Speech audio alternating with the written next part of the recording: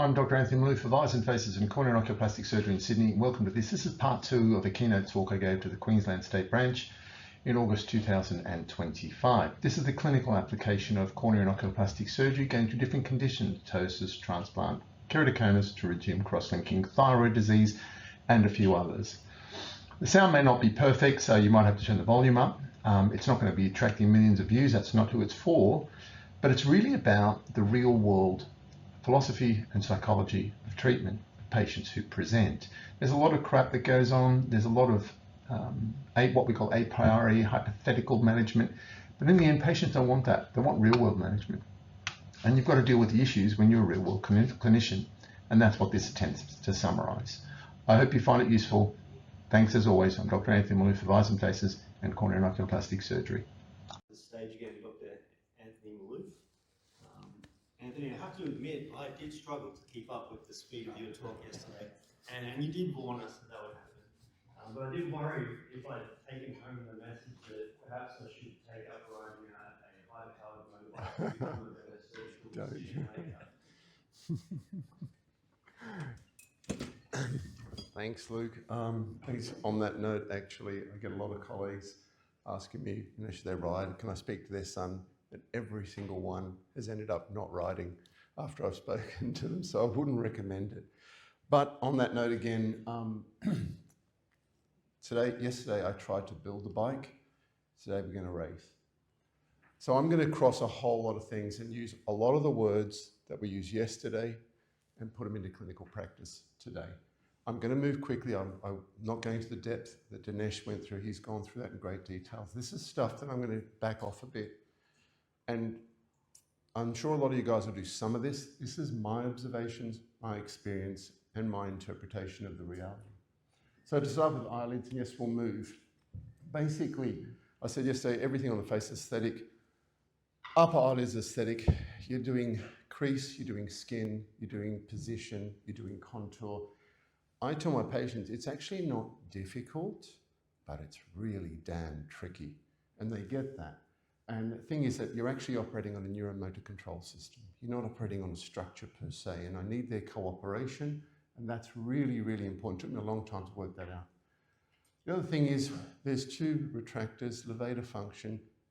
The levator moves the lid as you move your eyes, but it's the Muller's muscle that really keeps your eyelid position where you want it to be. And that took me a long time to work out. I know it seems obvious.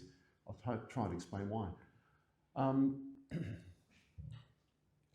Okay, we were taught, poneurotic, you got mechanical, you got myogenic, you got neurogenic, but you've also got a Mueller's ptosis. So you can approach anteriorly or posteriorly. I'm not a critic of posterior surgery. Being trained in the anterior segment, I avoid conge. Conge is the maiden of the external eye. I don't sacrifice it. So I rarely do it. I've done them occasionally. I'm more of an anterior approach. That's no criticism if anyone wants to do a posterior approach. But what I realized is I saw so many Muller's dehiscence. So I'll sit there and try and do a levator, it won't work. I repair the Muller's dehiscence first, and the lid just goes straight up. And the reverse of that is if you do a recession for a thyroid, you just cut the levator completely off, the lid doesn't move. Doesn't move at all. So just if you are doing it, think about Muller's. The traps are that you've got to be wary of Muller's. Benzos were out long ago for sedation. I love alphantanil's just great. It's a neurodissociative.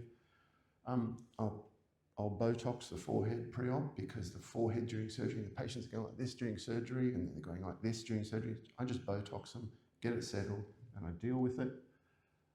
Very important. It's a meeting of three souls.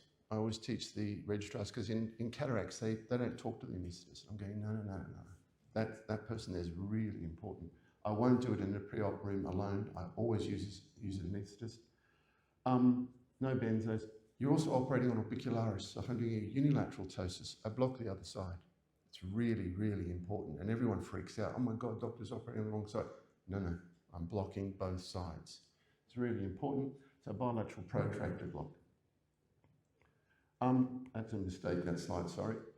So that's all I'm going to say on ptosis. It's just they're really simple artistic tools that I found really useful. Next thing is particularly on lower eyelid retraction. I learned with my thyroids, I went through the hard palate graft spacer, all that sort of stuff, septal cartilage, auricular cartilage, tried all that, and I couldn't get it to work. And yesterday I broke down orbicularis, and that preseptal muscle is beautiful. So I will dissect out preseptal, stick it as a spacer, and now I've got a dynamic spacer. Works every time. I use it for aesthetics, and I use it for reconstructive. So I no longer use any of the other structural spacers. The thing about entropy, I mentioned the word involutional yesterday. I really don't like the word because it's not age. There are so many factors to lower lid, particularly enophthalmos, for example. And cicatrizing you all know, but it's the enophthalmos that will get you. So here's a lady. On the right, if I can just point your attention, if you really want to demonstrate this, hold the upper eyelid, get them to look down, and then squeeze their eyes, and you will reveal an entropion in most cases. That's what she's doing. But she's enophthalmic, she's sub 10 millimeters. So her pathology is in the anterior lid, not in the canthus. So in these people, you've got to do a lot of work in the anterior lid. So I don't just tighten it and tighten the retractors. I will actually create a space. I'll take the preseptal, I'll recess it, and I'll create a dermal adhesion to retractors. And you create an inverse lid crease. Here it is here. You can see the sutures there. I have a row of sutures inferiorly. And when she looks down at the other side 6 months earlier, she's got an inverse crease. It will always keep that lower lid down. Won't roll back in. Preseptal has been recessed. I've got a dermal adhesion. Doesn't recur. And they're told, rub your eyes, I'll chop your hands off. So they keep their hands away from their eyes. Facial nerve paresis, you will see all these people. They come in and I always get sent, do a tarsorrhaphy. It's like, no, why don't we just lubricate, check corneal sensation. I'll come to that a bit later on about corneal sensation. And then I showed you yesterday upper lid recession versus gold weight. I tend to just always go the recession. Eyelid laxity. You're taught snap test and distraction test, and I was taught all of that, but it never, doesn't snap back. It's all feel. I can't teach you feel. Riding a motorcycle is all feel. You've got to feel it, and you can feel where the laxity is in the eyelid and address your surgery to where the laxity is. Yes, as laxity increases, you get all sorts of secondary meibomian gland dysfunction, and you will see people with oil gland disease in these cases. So look at the lateral canthal tendon. It's really, really, really long in this patient. So canthopexy, canthoplasty, patients come and go, I want a canthopexy doctor, and I go, what's a canthopexy? And they look at me. And then one will ask canthoplasty, I go, what's a canthoplasty? And everyone uses the word, but we all treat it differently. So what are we doing? Yesterday I said I'm a linguistic Nazi. Basically, a canthopexy is everything behind the canthus. Now, how you do that's a different thing entirely, but that's what you're doing when you're doing a pexy, and everything in front of the canthus involving the canthal angle is a canthoplasty, and when aesthetic surgery goes wrong, women complain about rounding, and they hate it with a passion. They go mad. So, that's all I'm going to say on that. Endothelial keratoplasty, all sorts of acronyms. It's a pea soup. Basically, I stick to a micro-thin DSEC, which now I've merged into a micro-thin peripherally with a DMEC centrally for complicated eyes. Otherwise, I like a DMEC, and I operate in the predestinized plane, which Rajesh talked about yesterday. The thing about you need to know about these, if you're sending somebody off for it, is it's both difficult and tricky, and I tell patients that.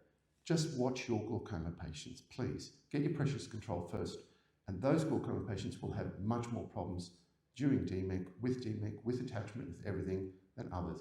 Then there are other people there, myopes, etc. You need aqueous to get these DMECs to work, and as soon as you open a glaucomatous eye, aqueous production shuts off. And you can pump the eye up, and an hour later, pressure hasn't risen. You deflate the eye, and there's no aqueous. And I found that to be a very interesting thing. So how do I manage that? Very simply, I will do a very large diameter transplant. I like the more cells the better. To deal with the post-operative hypotony that you often get, I will, by the way, also, to do with the hypotony, I'll pump the eye up with visco. I'll just leave the eye full of visco, particularly if you've got a shunt, and I don't get pressurizers and it sticks.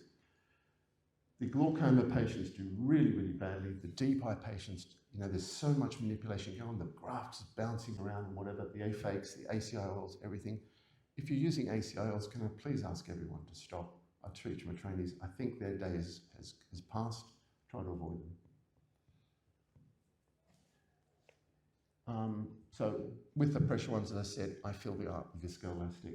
Yes, I watch the pressure, and I'm about to start putting viscoelastic in normalize and putting in some stents and see if I can get some better, see if I can avoid rebubbling. So moving on to full thickness and stromals, I'm biased. I'm a lamellar man. I rarely do a PK. Rarely. If somebody's got a high drops in one eye and a cone in the other, I go, guess what? We're not operating on this eye. We're doing a lamella in your better eye. And they freak out and explain why. This is a spare tire. Seen too many long-term PK complications. There's all different types. I prefer the maximum depth anterior lamellar keratoplasty and predestinized plane. Contact lens keratitis, perfect case. They do really, really well. There's a macular dystrophy. Did her about a month ago. She's begging to do the other eye, and I just gave up. Just enjoy your vision. Let's just let this settle. I like my continuous sutures where possible. Here you've got a guy, Raja showed you yesterday, the advanced cones. Sutures are still in 2.5 years out. He's really happy from count fingers to that. And I'm just watching him low dose steroids, keep it quiet. 4 pterygium's gone wrong, multiple interrupteds. This girl went from basically count fingers, let's say count fingers, to 618 at week 1. Very happy. They think you got these people. They love it. They look pretty. I like them. They work. I then go on to, when I do this surgery, I'm very tough on corneas. I actually, excuse my French here, I say to the patients, you don't have a right to shit on my artwork. Look after it.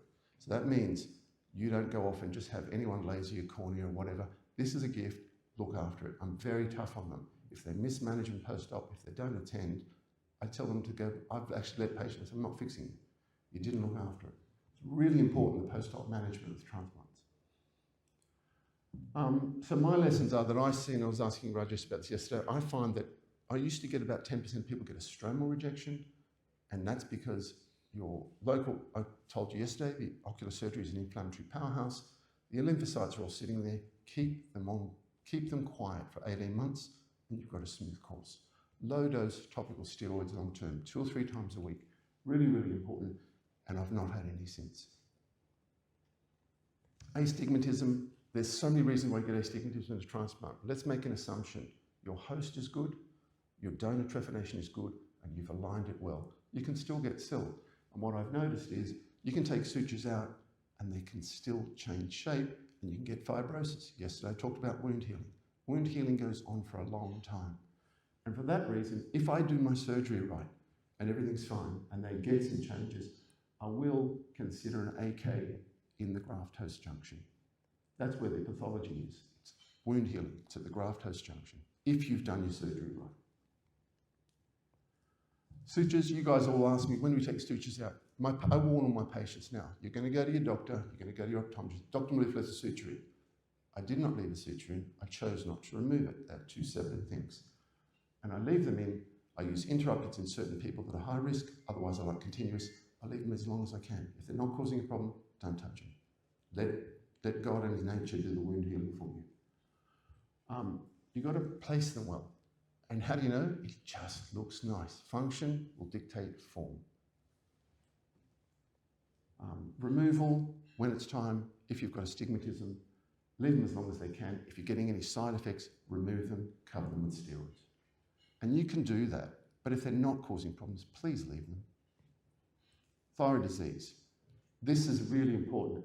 And the problem I've noticed with this is it's got so many names. If you can't name it, you don't understand it, and you mistreat it. So I think of it in terms of a thyroid-associated immune disorder and inflammation. And it leads it throughout the whole body. So it's inflammation, and there's immune drivers. So there's dysfunction, low iodine, high iodine. People who have multiple CT scans can go and precipitate into Graves' disease. Immune diseases, and yes, we saw it in COVID. This is a really interesting receptor, the TSH receptor. It's not just in your thyroid gland, it's everywhere through the body. You've got to ask, why did nature give this to us? Why is it in the eyes? And you can think about it. You know, if you're alert, your thyroid, you've got to drive eye function. Perhaps that's why it's there. I don't know. But it's a nuclear receptor, so the TSH goes in and changes the genetic expression of the cells.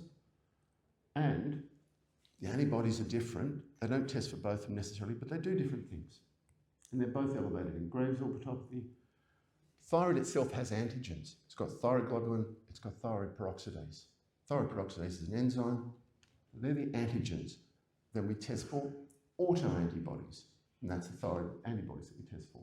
Thyroglobulin, I showed you yesterday, it's a quaternary structure. It's huge, it's massive, it's complex. We don't understand it. But it contains tyrosine, so we're going to look at tyrosine. Thyroid peroxidase binds iodine to tyrosine. So here it is, you've got iodine come in, there's the follicle, thyroglobulin's in the middle. In here, it rips off the iodine, sticks it onto tyrosine, cleaves off the tyrosine, off you go. So I showed you histidine, histamine. Tyrosine is up there, diiodotyrosine is on your bottom left, and thyroxine, T4, there's that carboxyl group again, rips it apart, joins it together. Carboxyl's fascinating. Oh, there's your thyroglobulin, very large. It's got a couple of antigens that we detect. Yeah, it increases in cancer. So if your thyroglobulin's level, you think level is high, okay, has this person got thyroid cancer? Increases in thyroid orbitopathy. But also, isn't it interesting how thyroglobulin is present in the fatty tissue of Graves' patients? Interesting. So you've got thyroid antigens in the orbit, and this is all part of thyroid orbitopathy. Why? I don't know. There may be some evolutionary function. The antibody is a broad antibody. It's not necessarily specific, but you can detect it. And this, I think, is my key slide for thyroid, which is you've got antibodies. They drive T cells in the orbit that release all the chemicals that drive thyroid orbitopathy. So you can get drugs, and that's what we're seeing now, drugs to target all those chemicals. That's good, novel technology. But why target all chemicals if I can target the cell that produces all of them instead of targeting one chemical and knock it off? So I've been a very strong proponent of low-dose orbital radiotherapy for that reason, because monocytes are very sensitive. There's something else you need to note. And it's really important. I was very cynical on gluten. You know, gluten-free sunscreen. Why? But there's a relationship between gluten and thyroglobulin. So what is gluten? I didn't know. I had to look it up and work it out. But it's very interesting. I call it a non-natural, naturally occurring protein. It's formed during kneading. And what happens is you've got these tiny gliadins mixed with large glutenins, sulfide, disulfide bonds, and you get gluten. It's these little gliadins that share similar antigenic properties to the epitopes on thyroglobulin. Celiac disease is associated with a higher incidence of thyroid disease. Got gluten-related disorders, you might have seen it, but it's associated and it cross-reacts, and there it is. So every one of my patients gets a gluten sensitivity, and they all get told, you're gluten-free from now on. Oh, I like my potato. Right, fine, go and enjoy your thyroid disease. Work with me here. Iodine's important. The iodine cycle, if you don't know much about it, look it up. It's fascinating. Marine organisms, why do we have iodine? I showed you iodine in betadine. It's toxic. Isn't it interesting that nature, it's the only toxic heavy metal that nature put in our body. Why? It's got to go down to the mitochondria. The mitochondria is more energy dense than the sun. So it's very interesting that it does that. You know, we excrete it in urine, but a huge store is in the thyroid gland. So precipitants, low iodine, high iodine, gluten, smoking, diet, immunomodulators. Yes, I saw stacks of thyroid disease with the COVID injections. There it is in print if you don't believe me, but we see them all the time. Vitamin D is associated with it. Thyroid receptor and vitamin D, it's very similar. And there is a huge relationship. That's why I said yesterday about vitamin D. I was vitamin D deficient in the extreme. So this is my workup. This is what I do for every single one. They get a urinary iodine, they get gluten antibodies, and I always do an immune screen. There's cross-reactivity. Yes, the zinc, selenium, magnesium, vitamin D. I always do insulin because I'm pre-diabetic. What's your insulin level? I don't know. Insulin's 30. I always do an insulin screen. Here's the problem with thyroid disease. We don't diagnose it. They all come with allergic and everything else. So please, symptoms are everything. I have given up these scores, which are great for academic, but I can't use them in clinical practice. I've got them programmed in my system and I've given up using them because it's so subjective. And it's really simple. I'll explain that. Basically, you've got the non-specific symptoms, but here's the key down the bottom. They come in and complain of ache, puffiness, and epiphora. And I'll show you a picture of a lady who did that literally on Tuesday. The thyroid signs, you've got all the different signs that you guys already know. I don't think we have to spend much time on it, but it's variable. Aesthetically, these people are not body dysmorphic. They're in agony. They become obsessed by the change of appearance. And I will say to the family, has their appearance changed? So don't ask the patient. Straight away you get the answer. Compressive optic neuropathy, you hear about it all the time. Yes, steroids, all that sort of stuff. Muscles squeeze the nerve, fluid congestion in the orbit squeezes the nerve. There's two different processes here. And so what I do is I actually say, right, you're having surgery tomorrow, and I'll do an optic canal decompression, open up the sphenoid sinus, go in, decompress the base of the canal, open up the annuluses in, and they wake up and they go, I can see. It's that dramatic. And then I'll consider radiation. Up until then, if I think it's congestive, I'll give them steroids before, but they have immediate decompression in my hands. I think that the guidelines don't address the variability, and that's the problem I think we have with thyroid. So the guidelines try to linearize a complex problem. I spoke to you about complexity and linear solutions. So we tend to then use the guidelines to incorporate newer drugs, but we lose perspective on the disease. So my thyroid is really this. Is it active? And if it is, do you have compressive optic neuropathy? So I blend everything together and do it that way. I also tell my patients, if I do, what I want to do is I want to settle everything before surgery wherever possible. So I will do that. Thyroidectomy, your patient will come in with thyroidectomy. I've seen too much thyroid orbitopathy after thyroidectomy. Yes, it does help settle. Yes, they feel better. It's not necessarily a cure. These are great new drugs that have come in. You've heard about them. You've been a lot of media about them. I think they probably have a good role with the systemic management, not necessarily directly the orbital management in my hands. They do have side effects, and you'll have heard of them all. I've used rituximab, I've injected it into the orbit, but my protocol is always low-dose orbital radiotherapy, and I tell people, you're sliding down a hill, before I can send the chopper in to pick you up, let's stop you sliding. And then we'll get you back to where you want to be. And they understand it. So I treat the local disease. I think systemic treatment, I would want to keep my thyroid gland. I don't want it to go into a hyperthyroid state, so I think it's got a role. Local treatment, it's said that use it for severe disease. I use it for everyone. Basically, it doesn't correct the structural problems of inflammation. It corrects the driver.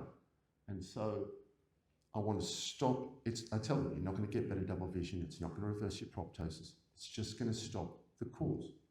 That's the way I do it. I use 8 to 9 grays. VMAT is what it's called.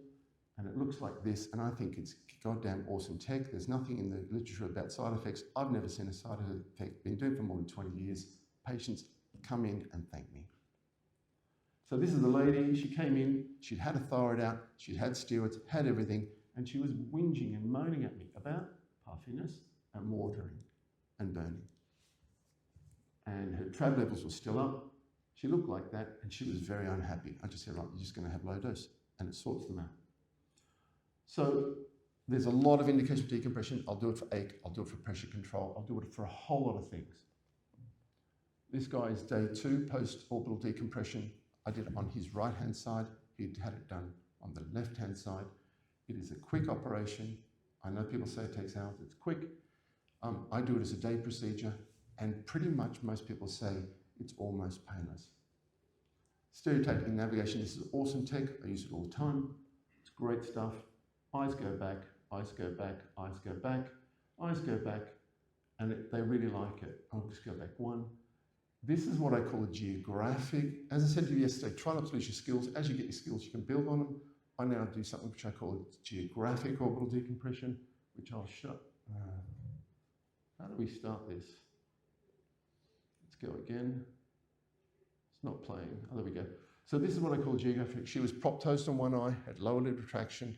24-year-old dentist, just didn't like it. Wants me to do something. So what I did was I decompressed it to the orbital apex, up to the roof, you see going in, and there's the periorbit there on the left-hand side. I've opened up the maxillary sinus, fat is there, apex is towards the back there. Here's the fat down here, and I've only opened the inferior fat because I didn't want to get a huge, I wanted the right retroplacement. She didn't like a lower lid. She didn't like the bulge. So what I do is then I go in and I will then, if I need to adjust a bit more, just put a ball probe in, pull out a bit more fat, and then I check. And these people are so happy. Yes, it's subtle. And I tell them, you may be the only one that notices that it changes their psyche. I'm operating on the mind first. So I'll do that. And here I am looking at her just to make sure the superior hollows are right, the inferior nasojugal hollows are right, and just checking. And this one, you will see here, the right orbit is softer. So I'll press on it. So I'm looking at to compare, look at the hollows superiorly and inferiorly, and then I can press on it and watch this. It's quite soft compared to the other side. It's actually a bit firmer. But in the post-operative wound healing, I talked just about inflammation wound healing, I then modify that to get the eye where I want it to be. And that's a geographic decompression. And this lady loves it. You can see the difference. She thinks it's wonderful. She's gone back 7 mil, but it's the lower lid she was worried about. Dry disorder. I will make a statement here and say that I don't have dry eye patients in my practice. People come in on drops twice an hour. I get them down to twice a day maybe, or 0. So it's inflammatory. It really is. You can have lack of aqueous production, and you can test for that. This definition is so broad, it basically means we don't know. I think we all suffer dry eye derangement syndrome. And the thing is that every patient comes in and gets told they've got dry eye. 22-year-olds come in and go, oh, dry right eye. You've got a unilateral dry eye at 22. Really? Who told you that? So dries, lubricants as moisturizers. Moisturizers feel good, but they're not therapeutic. Okay? Dryness of the eye, huge meibomian gland dysfunction. That's what yesterday was about. You can test for aqueous production. You heard yesterday putting drops in, looking at aqueous production. You can put a teardrop in and look for its clearance. You can tell it straight away. Please, when you assess dry eye, your room conditions will vary the assessment. Don't touch the eye, don't measure pressure, don't put a drop in it, observe. Okay, I put a fluorescein, tiny amount of fluorescein, and I talk to the patient and I observe what happens. I think we've overdiagnosed it. We're over-relying drops. It's like selling fuel to somebody who doesn't have a car. What's the point? And we're missing problems and we're missing remedies. So my dry eye management is simply this. And if you say, what do you do? This is what I do. Please, I told you yesterday, stop your antibiotic drops early after cataract surgery. My transplants stop after a week. I'll use them for 3 days max. Rule of 3 times a day for 3 days. That's it. Cyclosporin is actually very, very good. Environmental modification, dietary modification, stop rubbing. And then these things have also revolutionized my practice. I've been making serum in my practice for more than 20 years. I use IPL and I use something called Tixor, and this man right here, who I call Hank, introduced me to it. So the microbiome there's a huge interaction between the heat and the microbiome in the external eye. Heat application, you tell your patient to put heat on it. Okay, remember that. You tell them to do it. It helps drainage model of the wax. Yeah, it does, but it changes a lot of other things. Biological responses, cell death. Tixel, there's a machine outside. You can have a look at it. I have it in the practice. I think it's revolutionized it. All the things I told you before, serum, IPL, Tixel, and my patients are off their drops, and they thank me for it. There's Alfie. So you can give big pharma bucks, or you can get your staff to do it, and you can earn. Watery eye. This is really important. You guys all see it. I explain it to the 3 Ps. You've got the pipe, you've got the position, you've got the pump. And that's how you can think of watery eye. It makes it really easy for you. Basically, 2 other concepts, fullness versus overflow. People say I've got dry eye, but they're describing fullness. Overflows epiphora. That's easy. They present as a dry eye. I can't tell you how many DCRs I get from referrals for dry eye.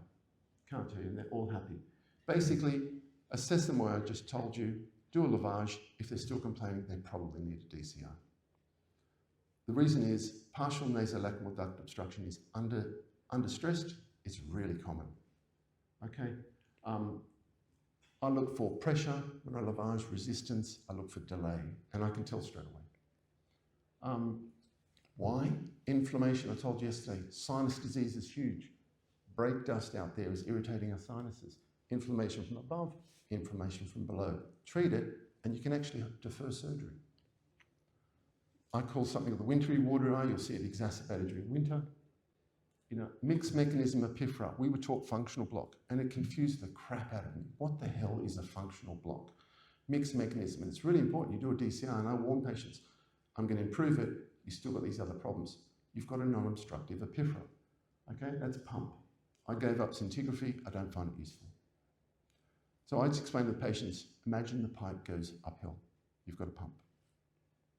So here's the other thing. I went yesterday about rubbing.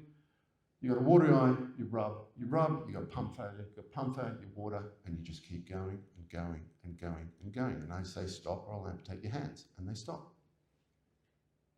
So this lady came in, she'd had canthal surgery for watery eye. I told her she's got mixed mechanism. I did a DCR, I left the stents in, she was happy. Can I have my stents out? Yes. Took the stents out, recurrence of epiphora, put the stents back in the office, look at the floppiness of the lid. She's had them in for 5 years, and I'm said to her, nada, we're not taking them out. And she's happy. Don't need to do anything more. This is what affects you guys. You do cataract surgery, you irrigate, you use antibiotics, you do everything else. You will trigger watery eye. I get so many watery eye. Doctor took my cataract out and I got watery eye, and why did you do that? And blah, blah, blah, blah, blah. And I got to pour cold water over it and go, listen. Anyway, it's real. That's their greatest complaint, is that they've missed it, don't miss it. And this one, please stop with the medical mythology of a watery eye is better than a dry eye. If you say that to your patient, go plug your puncture, see how long you last. Okay? I just ask them questions. What do you notice? They always say blepharitis. Stop with the words. I'm a linguistic Nazi. Tell me your symptoms. I use a fluorescein tear strip for dye disappearance test, and the marginal tear strip is all you need. Diagnosis in one. I use a 26 gauge, I use anaesthetic, put a drop in, and I irrigate the lacrimal drain in 3 phases, and I'm looking for delay and resistance and flow. And I'm also feeling for laxity. I've given up Jones tests, and after cataract surgery, what can you do? Give them steroids, rinse their nose, lavage. If it fails, send them off. What do? Do a DCR? Yes, you do a DCR. It's really important how you do it. Technique is everything. And then management of the nose afterwards is critical. Wound healing, which is what I went through yesterday. You've got to maintain the sac flaps. I'll show you how I do that, and control debris. So this is a DCR. So I've just done her. You can see the common canaliculus in the upper left. I have to clear well above the common canaliculus. There's the other side of 8 years earlier. There's the common canaliculus. That's what I want to see afterwards. And they work. So when you hear DCRs done quick, oh, they're complicated, whatever, they work. They're a great operation. The cataract of the nose. There's a stent, post-DCR on the same patient. I use packs after surgery to hold the flaps in place. I leave them in a couple of days. You may not like it, but there he is. He goes home. He's got his tracks there, little strings. And then we take them out when he comes in. And that keeps the sac nice and clean. I take them out. And after pack removal, you go in and have a look. And here she is. And nice and open. There's the stent. And the common canaliculus is visible and clear. Happy. That's what I want. Now it's her job. She has to rinse, keep that wound clear. Problem of invisibility in the area of the unknown. It's working, I can't see it, can't feel it, therefore I don't need any treatment. You do. It's your job. Jones test you can do after. This is a Jones test. If any of you talk about Jones test, this is a true Jones test. Put a bit of fluorescein in, that's how I put it in with the strip. Have a look up the nose. And it's really beautiful to see the lacrimal pump in action. This is a Jones one. And why? I'll show you in a minute. Common canaliculus is pumping, beautiful. That's a Jones one. This is, I'm going to skip that one. This is pump failure. So it's really interesting. Don't take this the wrong way, no offense needed. I think of this like a cerebral palsy of the lacrimal pump. It just looks weird. It just like they don't walk right. It's just not pumping right, and it's slow tear pump. And I tell them, okay, you've got reduced tear pumping. Yes, Jones tube gets a bad rap. I love them. They work. I'm going to show you why. If you do it right, do a turbinectomy, do a septoplasty, give them room. There's your Jones tube, and there's the pumping. And the drops are going through. Really obsessive guy, was very grateful. This lady's had it done 15 years ago. I actually remember doing it on the 6th of December 2010. I don't know why I remember her date, but I remember it. There's the left side. It's a bit blurry initially. These are 15 years old. What I want to point out to you is I've got different size tubes. Because your angle's not necessarily right. If I don't like it in the office, I can just take it out and change the tube. And as the facial structure changes with age, you might want to change the tube. And you can do it. It takes 5 minutes. Now, this is not my patient. This is why Jones tubes get a bad rap. This lady came in, had a Jones tube. You can see as we go in the nose, the DCR site is here, the Jones tube's in the ethmoid sinus. It's not going to drain. They work. Stents, I use them in most people. Canalicular disease is common. If there's pump dysfunction, I like it. And sometimes I leave it for a long time if I'm reconstructing the canaliculus. DCR failure, this is really important. People go, oh, they don't work, they don't work, they don't work. Here's the most common cause of DCR failure. Don't rinse your nose after surgery. You guys heard sump syndrome, in the middle there. On the left is ideal. We were taught sump syndrome, fluid levels there. How does that stop drainage? It just doesn't make sense to me. I consider reverse sump syndrome. If you've got a fold over the superior canaliculus, fluid will build in and it won't drain. Cancers, very quick. Dinesh has done a great job. Just remember there's all different types and you will see them occasionally. If I'm not sure, I just biopsy. Dinesh mentioned yesterday biopsying. It's low risk, I just biopsy. If I am sure, I don't biopsy. I'm very lucky. My office is right next door to the skin hospital. As Dinesh said, if you can get Mohs, I'm really, really, really lucky because everything gets Mohs. I like it. I like reconstructing it. It's fun. I've seen a lot of BCCs in young adults. It's really getting to me. Why are so many young adults coming in? Yes, you've got Gorlins, you've got immunosuppressive. It's not just UV. We live in a toxic environment. There's something else going on. Pigmented girl, 36, huge BCC. Why? Bowens, Dinesh mentioned it. Please, they are bigger than you think. So that's the thing about Bowens. Bowens occurs on the eye. This gentleman had it on the eye.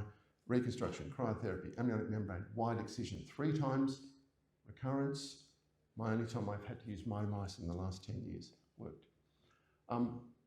They mentioned briefly ocular surface neoplasia. I've had several patients die. Do not underestimate it. They're deadly. These drugs are awesome for melanoma, etc. Here's melanoma. They're just incredible. I hand them to the immunologist, immunotherapist for this. Okay, this is the one that everyone goes on about. I think it's quite pretty to look at, but the cornea, ectasia refers to a tube. The cornea is not a tube. Keratoconus, oh, isn't it genetic, doc? Or is it hereditary? Well, it's not genetic, but it is hereditary because anxiety runs in families. As I'm sure you've all seen, there's a phenotype of eye rubbing. Keratoconus correlates, and this is what I tell my patients. Stress, anxiety, screen time, oil gland disorders, and yes, obesity. And we're taught to deny that, which is very Orwellian. Something else that I think is really important. You guys do your visual acuity tests. That's great for your cataracts, really important. But for me, what I noticed was keratoconics don't read the chart. They interpret the letters. And you can see them doing it, and I point it out to them, and they all say yes. And I argue of the role of vision in moderate to advanced cones. And what does one line of improvement of vision mean? I don't know. Here's the thing, with ideal optics, acuity is a test, it's a macular test. With non-ideal optics, it's a test of your resolving power. And that's central processing, which we don't understand. It's real. So which eye has 6/6 vision? Yes, it's the one on the left of the screen, not the one on the right. This is important. This is all published. Biomechanical structural failures, the primary mitigating factor. My urgent attention, eye rubbing. That eye rubbing is the primary driver of both disease and progression, blah, blah, it goes on. You rub, you weaken. Now, this is Monday. I've got a colleague who's finishing a PhD in rubbing and keratoconus. So note the people, all Michael Bale and everyone else. And this was the comment. Unanimous agreement, chronic eye rubbing. Great, fantastic, I like it. Behavioural intervention and cross-linking are complementary. Crossing is the only progression to stabilise. So, let me interpret. Alcohol is addictive. We're going to surround you with alcohol. Here is a pill to help you deal with it and pay me so I can monitor you. Or just go to AA and learn how to change your behaviour.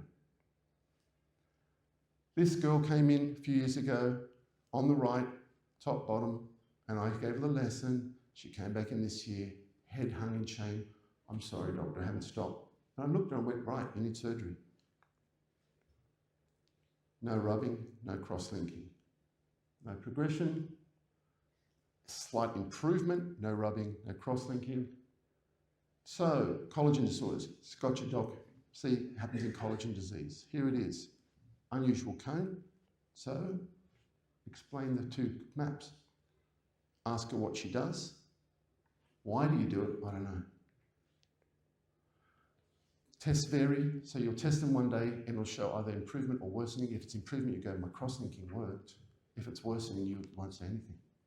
But you get variation, instrument variation. So don't be quick to jump in and go, well, you're a little bit worse, I've got a cross-link because I got my lease repayment. Explain this. Why the hell do you rub like that? But look where the ectasia is. It happens in elderly. I've seen elderly with new onset cones. For me, it's axiomatic. So Anna Waldy, who's one of you guys now, was my registrar, painted a sign in my practice of a person getting their hands chopped off. Every patient sees it. I thought of putting an axe and I thought, not a good idea.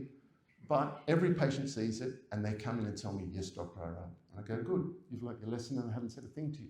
But rubbing causes many different things. Okay, epiphora, fat prolapse, conjunctival disease, glaucoma. I wonder what goes on here. Why do you rub? This is fascinating. How many receptors in the cornea? We have pressure receptors in our cornea. Why the hell did God give us pressure receptors? The answer to me is very simple. Eviscerate or enucleate, the blink changes straight away. So your brain is telling your eye is telling your brain, shut off vision so you don't see yourself blink. You are responding. There's 4,000 per square millimetre in the cornea. Fascinating. It plugs in the thalamus into biological reward. And that's why you go get massage and acupuncture and everything else. It's incredible. Gamers are the worst rubbers. It's itchy. I rub because it's itchy. No, it's itchy because you rub. So, how do you rub? Any part of your limb will do the job for you. Okay? Anything at all. There's ingenious ways of rubbing. It's incredible. Okay? It's mechanical cocaine. It's self-sabotage. So, rubbing and reward is self-pleasure, anxiolytic.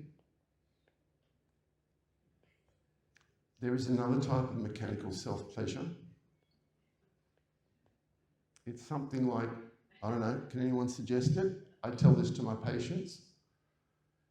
So basically I tell them stop, and I give them distraction, tap, scratch with your fingernail, drop, zero pressure contact.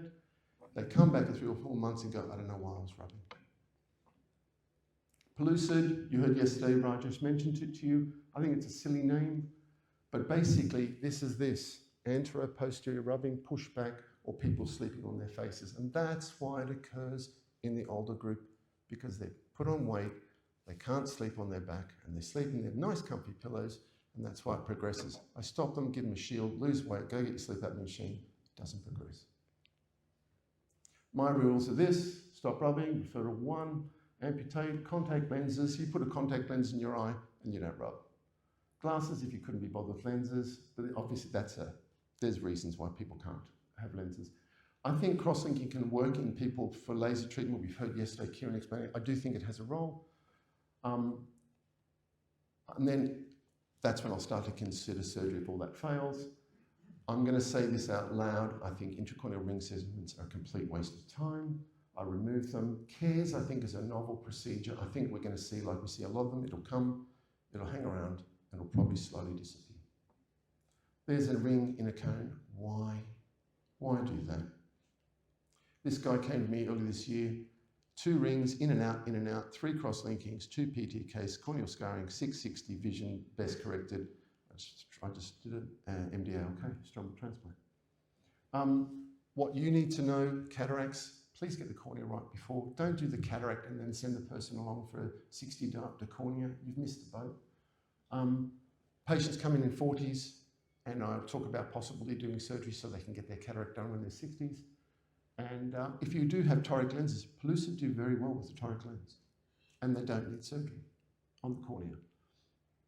So they often come in their 40s as they're presbyopic. So other things, eye rubbing, you've got lower lid, you've got upper lid, orbital fat prolapse. Okay, this is eye rubbing with a psychological component, delusional infestation syndrome. I've seen many cases now. And they come in with a jar of crap and go, look at these bugs. It's a psychological disorder, they need help. Lax eyelids, everything else. This lady comes in, doctor, I want my heavy eyelids fixed. What about your ptosis? Oh no, I want this one done. Oh no, I don't rub my eye. Show me how you put your makeup on and off. And I just go, stop. This is George. I love George. George is very overweight. Look at his lids, look at his canthus. He was blind, couldn't work, couldn't drive. Yes, he did a stromal transplant. Yes, he got vision back. Yes, he needed a contact lens. But look at that. He's overweight. He can't. He has to sleep with a shield on at night time. Yes, I could replace his globes. I said, no, go lose weight. Floppy eyelid syndrome, I don't think it exists. I think it is a whole, it's a description for everything, most of which is involved in rubbing. I don't like operating on them. Occasionally I have to. But basically you've got this cycle of oil gland disturbance, rubbing. They put antibiotic in. I've got an infection. Let's break the cycle. I'm sick of hearing this. Oh, there's this app for rubbing. Okay, it's a disempowerment of the patient. So you've got all these stupid apps. How about you manage the environment? Patients come in, I love it. I triangulate, great psychological weapon. Get the family in. You are the rubbing police. And they sit there and go, right, I'm going to get you. And I go, you can tell her, you can't argue, no fights. This is observation because rubbing is subconscious. And that way, I self-empower the patient. Cross-linking, okay, this is really important and nearly finished. But basically, before you want to stab me, does it really improve vision? Does it stop progression? Does it stiffen? Misuse of words as propaganda. We sell it to patients as non-invasive, that equals safer. Stop vision loss, strengthen the cornea. But there's too much variability. Anyone that's operating cornea knows every cone cornea feels different. So that's when I start going, how do you ablate the same way in different corneas? I don't know. There's a loss of keratocytes. We skeletonize the cornea. This is a cross-linking cornea that guy showed you. There's no keratocytes. This is what it should look like. I like my keratocytes. God gave them to me. I'm keeping them.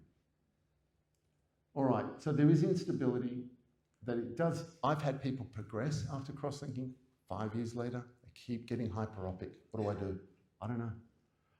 I'm going to make some bold statements. I'm happy to take criticism. I don't think it treats it, but it forces you to stop rubbing. It causes a whole lot of things. To me, cross-linking represents the classic democratization of surgery. Somebody raised this yesterday, you de-skill in your surgery. I don't like that because now the tech owns you. The disease becomes the treatment, and the treatment becomes the diagnosis and the disease. So cross-linking equals keratoconus. I abhor that. So this person had cross-linking on the bottom eye. Looks great, doesn't it? Fantastic. Guess what? He's 630. 630, there's his scar, and yes, I'm going to transplant him. So to me, I'll make this statement. It's a profitable placebo, a distraction, a diversion that deviates the clinician from understanding keratoconus and promoting understanding of the cause to science and the general public.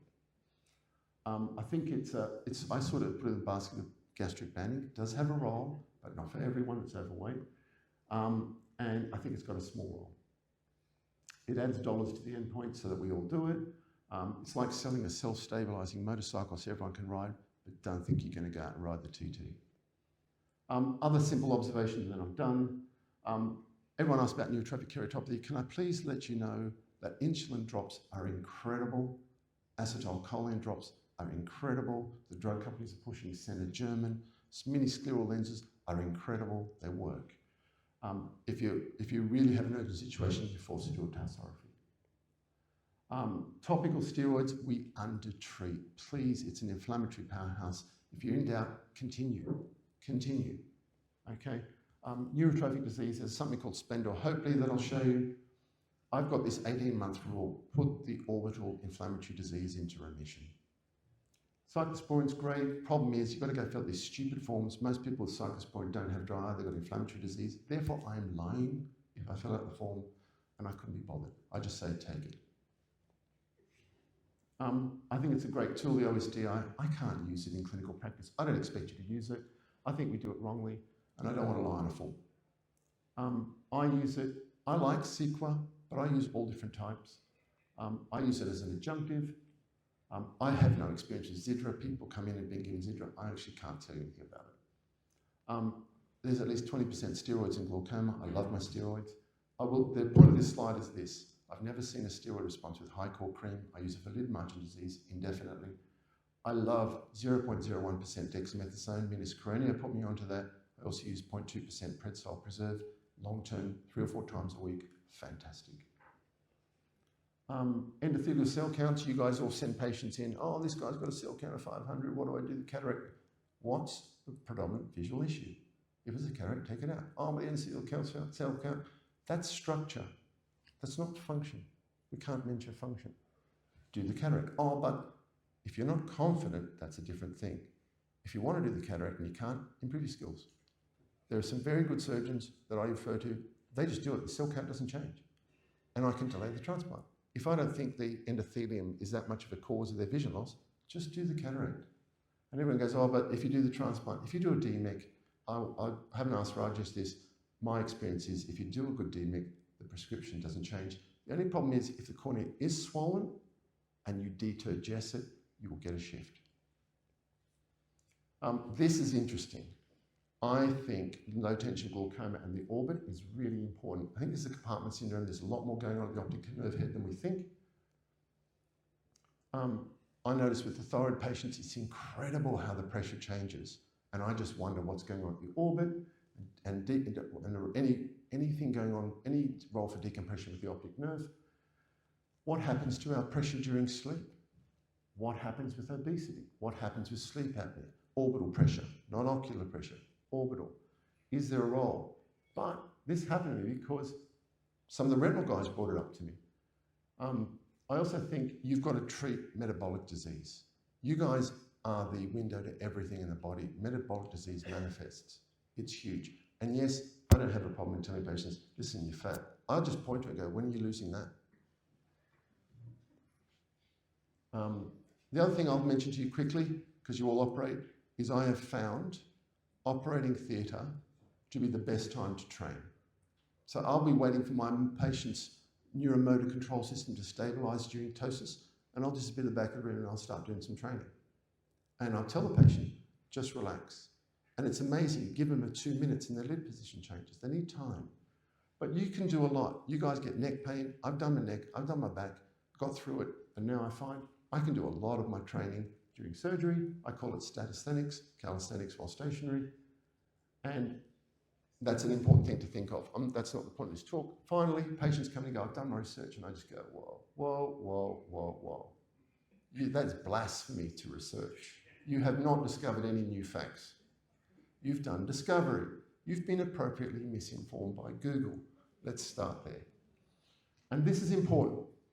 I think it's hard to operate on the body of a person having to deal with a biological reality when the mind has been digitally separated from the body and unhitched to reality. And we're seeing lots of that. Finally, HSV and stress. It's incredible. I'll have people on maximal therapy and I can't settle things down. So I'll get the family in and I'll literally go, what's going on? And they'll all look at me. And when you get the family on side, I can get them off most of their medications. Oil gland disease, this. And it's incredible. And in our society today, we're seeing lots of it. Recurrent corneal erosion, I've given up laser ages ago. I just polished the cornea with a micro burr. I've yet to have a failure. That doesn't mean I'm 100% successful. It's really quick, it's efficient, it just works. Inflammatory eye disease is really, really, really big. Please don't underestimate it. Chronic viral conjunctivitis, this is one thing on inflammatory splenomegaly. I'm sure you've seen it and missed it. Presents with little conjunctival granulomas. It can get worse, and if untreated, yes, I've lost vision from it when people don't treat. This takes a long time to bring into remission, and it's very important. Get rid of that. This is my political. I said I have a political statement in my last slide. I think it's really important, and I'm sure, I don't think anyone here is going to disagree with me, but I'm tired of the bureaucratic overreach in our clinical practice. We waste so much time on it. We're being skilled towards bureaucratic outcomes, not patient outcomes. There's a cognitive de-skilling, there's a clinical de-skilling, there's a surgical de-skilling, and I think as a group, we have to say no. And for new people, the new graduates are going to find it increasingly harder, difficult to consent, almost impossible to people who are googly misinformed and cognitively impaired to make a decision. And I find that's taking a lot of my time. Thank you very much. Different. Thanks so much, Tony. I see the story building. We're going to have a lot of time for a break, but we'll go a little